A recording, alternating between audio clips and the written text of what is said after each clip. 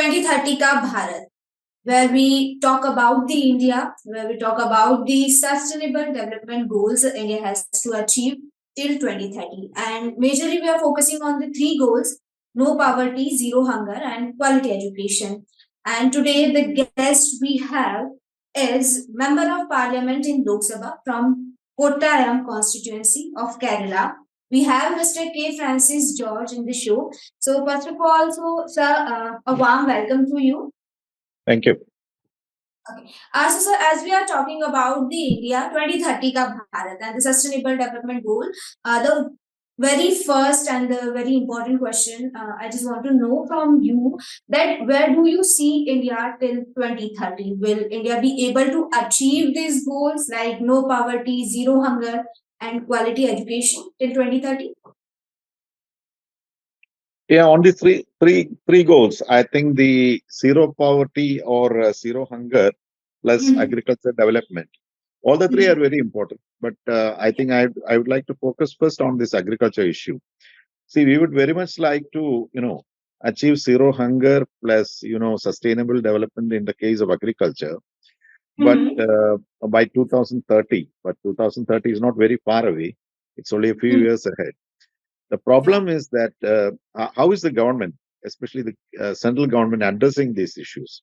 See, zero hunger, zero poverty plus sustainable development as far as agriculture is concerned. See, there is a very... Education also. Pardon? Education also. Education. Yeah, we will come to that later. Yeah, so, sure. On these two issues, I think the government of India has failed miserably in the sense that, of course, we say that we have achieved food security. That is true also, but still, there are a lot of issues in the agriculture sector in this country. The farmers are on an agitational path again. See, they were on an agitation for almost 1 year, the first farmers agitation, in which about 700 farmers lost their lives.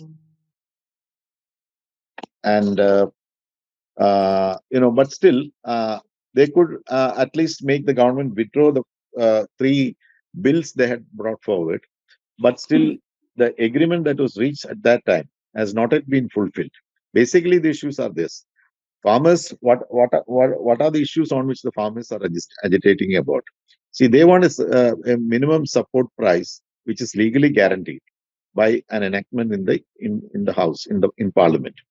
On the basis of the recommendation of the National Agricultural Commission headed by Professor M.S. Swaminathan.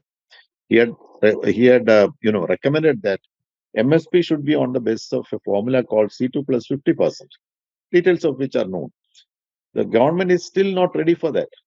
See, when you say that we need to achieve zero hunger, we need to develop agriculture, these are the basic issues. Issue is that the farmers should be happy. They should get a reasonable income from the farming activity. That's what they are agitating for. The second farmers agitation is for that. They are only demanding that the recommendation of the National Commission on Farmers regarding MSP should be implemented in total with a legal enactment. The government is still not prepared for that. So my question is that how is the government going to achieve zero hunger if we don't keep our farmers in good humor, if we don't help them, and if we don't give them enough income to continue in farming? A lot of farmers, yeah, it is said that, lakhs of farmers are committing suicide in this country. And many are quitting farming. The new generation is not coming into farming. So these are very, very serious issues faced by the country, but the government is shutting its eyes to these realities. So I think by 2030, achieving zero hunger is going to be a tough task. It is a tough task, sir, and I feel that it's not only the responsibility of government, but we all as Indians, it's our responsibility also to contribute in achieving these goals. Like if you talk about the government, so government has stated that they have eradicate the poverty to great extent. Even the Niti Aayog's report also states that many crores of people are bring out from the extreme poverty range. Okay, but when we go to the ground, on the ground level, the situation is completely opposite. So, what do we do? So that's right. What you said is very much right. See, maybe according to government statistics, it may be they can say that we have eradicated hunger, we have lifted up the lowest bottom from hunger and malnutrition, etc., etc. But still, the ground reality is that hunger, malnutrition, and backwardness, everything exists in this country, especially in the rural areas, especially in Exactly. the tribal segments. Hmm. People are dying. People are dying of hunger. But when we say that we have enough of food or even we have excess of food, our godowns are, you can't even keep food securely in the godowns because they are spilling out of the godowns. So we are even helping countries, outside countries, when they have problems with food and food grains. Recently, when the Afghanistan war ended, we exported food. I mean, we gave them free food, free wheat to them. And they said that the best quality wheat they got was from India. Eh? Yeah. So we are doing all that, but the ground reality in this country is that we still have hunger in the rural areas, especially in the tribal areas. Our PDS system has not reached or worked properly in those areas. So government has to address all this. We have been raising these issues in Parliament. Government gives routine replies, saying giving all kinds of statistics, but that won't do. They have to address the reality, see what is happening at the ground level in rural areas, in backward areas, and take drastic measures to help out those people. Then only we Exactly. can say that we Completely have achieved agree zero that hunger. the government has to keep the eye and keep the attention to the reality and to the ground level. Now, I want to draw your attention towards the one more and I guess the most important goal, that is education, quality education. If we talk about the education in India, although Kerala has a very good level of education and a very good literacy level, but if we talk about the other states of India, so the situation is, I guess, it's very worst. There are no so many good schools, especially the government schools, and education is not up to that extent. If we talk about the political parties, so I don't feel that any of the political parties paying much more attention to the education. Like before the elections, they just come and they just do some they say different words about the education, but no one is paying that much attention. After the election, they forget all the claims they have made that they will do that. So, like, government are not paying that much attention to the education. Why? See, as far as education is concerned, of Mhm. course, Kerala's achievements are sort of unparalleled. But still, even in Kerala, I would say, I mean, if you look at the quality level, we have a lot more to go. Because recently the director of public education, DPI instruction, DPI said, even students who have passed 12th standard, you know, they can't even write properly. I mean, without mistakes, they can't even, formulate and express their ideas without clearly. So, what is the point in saying that we are educating and we have achieved 100% literacy and all kinds of that thing? So, we are not actually addressing real issues. Whether, our students, our children, when they come out of schools or colleges, whether they are capable of, taking up the duties, the challenges that they have to face in the workplace. So recently, I mean, last year, the government of India had announced a total change, a total revamp of the education situation as per the new educational policy, NEP. So instead of this 10 plus 2 system, we are switching over to this, 5 plus 3 plus 3 plus 4 system, Yes. where the vocational training will be given priority. I mean, on the face of it, it is very good. But I don't know how far it's going to work out, because at the college level they say that you don't have to go through this regular 3 year degree course or 2 year PG course.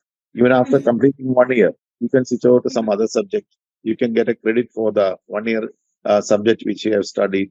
Then the second year you can switch over to some other subject. Third year you can even take some other subject.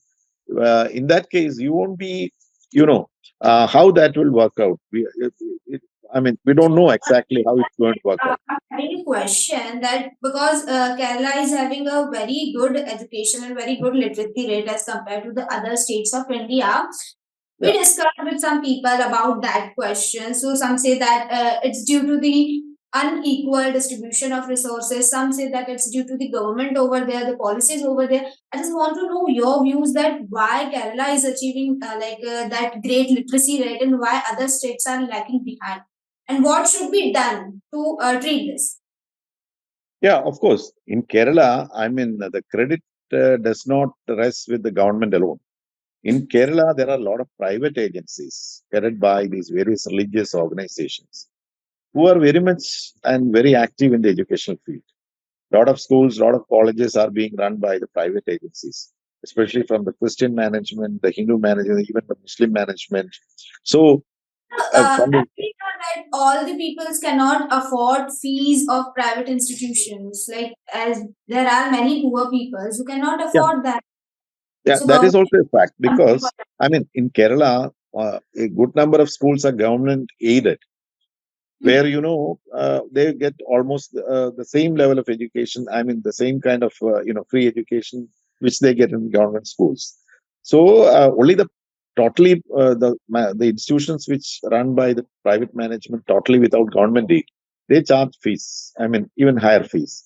But Yeah. even then people opt for those schools. Why? Because the standards of teaching and other activities are very bad in government institutions. That's why people go for this high-paying institutions. So Hmm. overall, if you look at the Indian situation, I think all over India, government has to focus on giving education to our children. So the new education policy, I am told that it aims at that, but implementation at the implementation level, we should be more careful. We should train teachers. Hmm. Teacher training is also very important. Instead of just having a policy won't do. We have to build up the whole infrastructure for imparting quality education to our children. Agree, sir, because teachers training is very important, because if the teachers are trained and the teachers are well educated, then ultimately student will get proper and qualityful education from their end. As because we have less time, I just wanted to ask one last question. Uh, in the achieving this goals till 2030, what do you feel? What is the biggest problem? And if your government will get chance to rule in the central, to run the central government, then what will the things you will do from your and from your governments, and that will contribute to the achieving this goals till 20? Yes. Regarding that, all I have to say is that government should set policy. Plus, also that policy should be backed by proper funding and also proper management.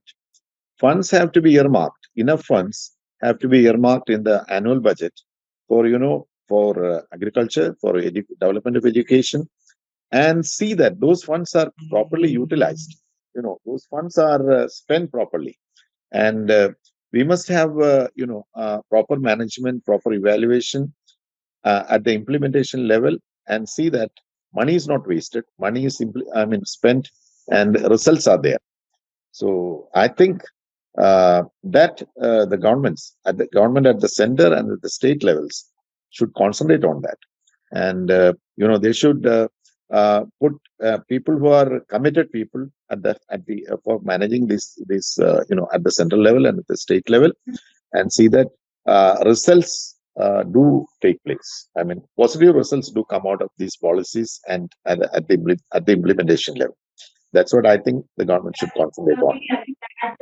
As you said, now money should not be wasted, because somehow it's the money of people, and somehow it's money of the citizens of India. So it should Yeah, be invested in such a way that India will get progress, and I hope that India will achieve these goals till 2030. And one more thing, and the most important thing I want to say, that the progressive thinking should be there.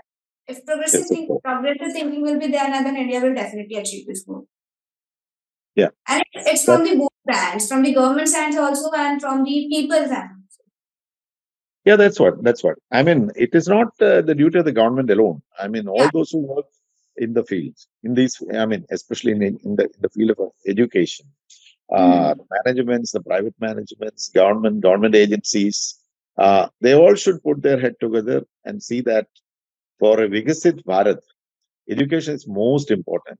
We have to Mhm. educate and train our youngsters, our children, And India is supposed to be, I mean, not supposed to be, India is one country in the world where we have the largest number of young population, uh, youngsters below the age of 25. This demographic dividend, if you have to, Mhm. if it has to be put for the good of the country, they have to be properly trained, properly educated, so that in future when they take up responsibilities at the leadership level, they will be able to, achieve well. They will be able to do their duties properly and carry out it to the benefit of the nation as a whole. So Agree, sir, agree. I feel that education is a weapon from which we can eradicate all the issues and all the problems like poverty and hunger also. Well, thank you so much for this time and valuable conversation. thank you very much.